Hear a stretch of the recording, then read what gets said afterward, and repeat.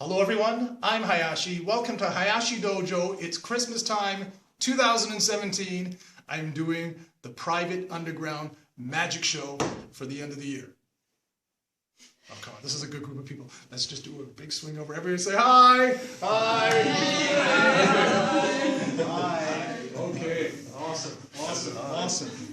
Okay, soll ich das auf Deutsch oder Englisch machen? Chinesisch. Oh, 不说中文. Okay. I'll do this one in English.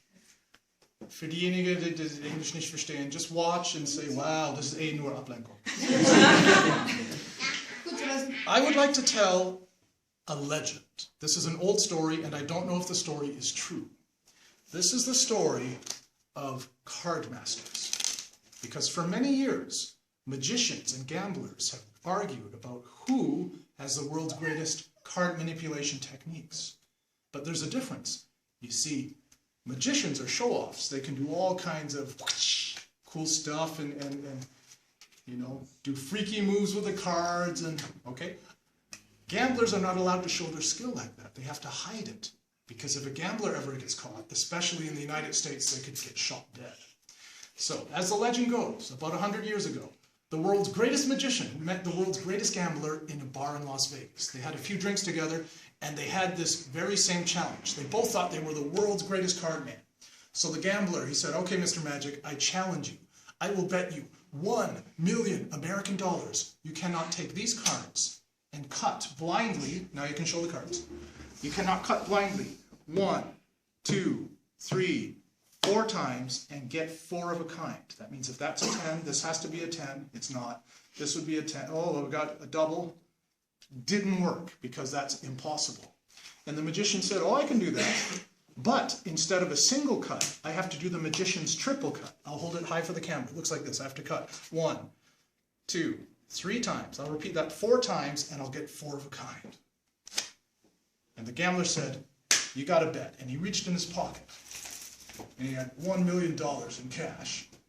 And then the magician reached in his pocket, and he just happened to have $1 million US in cash in his pocket. And he said, here we go, challenge of the century. And he took the cards. There was a fascinated tourist German girl sitting on this side, giggling nonstop. There was the excited tourist family's German boy, bro, on this side. Okay, so I'll come lower so that my face remains in frame as I tell this legendary story. The first thing the magician did was cut 3 times. This was the triple cut. Ready? 1, 2, 3. He cut 3 times and he said, I think the first card, you had to get 4 of a kind. He said, I think the first card is, wait for it. Was that the triple cut? I lost count. Let's try it again. Triple cut. 1, 2, 3. And he felt the top card and he said, I think we have a king. The girl looked. She said, it looks pretty good. And it was, in fact, a king. So he had to get 3 more kings in order to win the bet. That was king number 1. And then he cut 3 times again. 1, 2, 3, blind, trying to look cool like he knew what he was doing, and somehow, without even looking at the cards, he had, did it work? King number 2. That meant 2 more to go. In German, this way. 2 more kings to go. That was king number 2.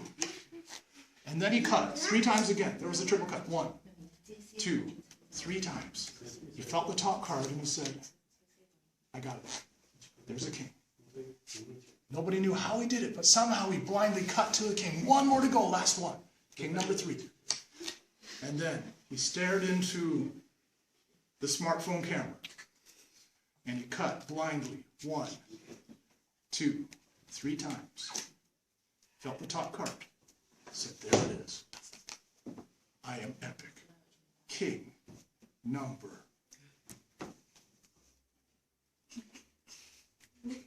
Everyone went silent. He thought Mr. Magic had screwed up the trick. The gambler said, yes, I win. And he reached for the money, and Mr. Magic said, whoa, hang on. I just bet you $1 million that I could find 4 of a kind. I did not say they had to be the kings. And he turned over the 4 cards, and everybody could see the 4 aces. Boom.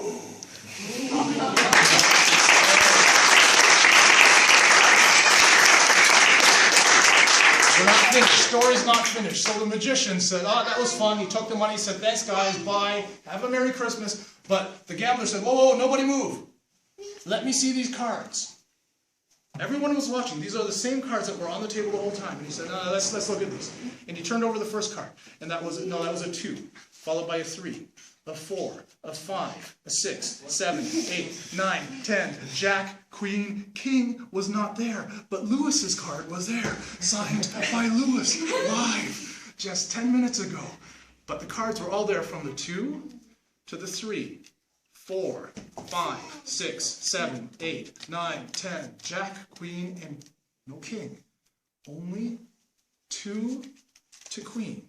Hearts, clubs, diamonds, and spades. And the gambler said, whoa, what just happened? But where are the kings? And the magician laughed and said, you weren't watching closely enough, were you, my friend? I never play with the kings. Those are my lucky cards. Here, I'll show you. And he reached inside his pocket, and he pulled out King, number 1. Then he reached into the other pocket, and he pulled out King, number 2. Then he reached into his shirt pocket, because he took his jacket off half hour ago, and he pulled out King, number 3.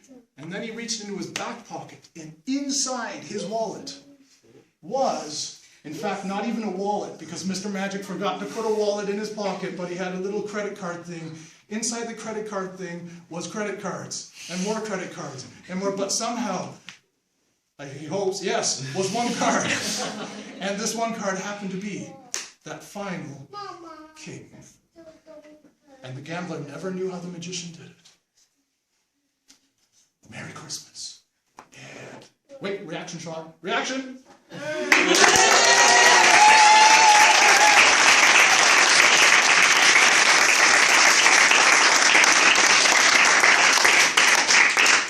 Ladies and gentlemen, this has been Brain Hacked Girl.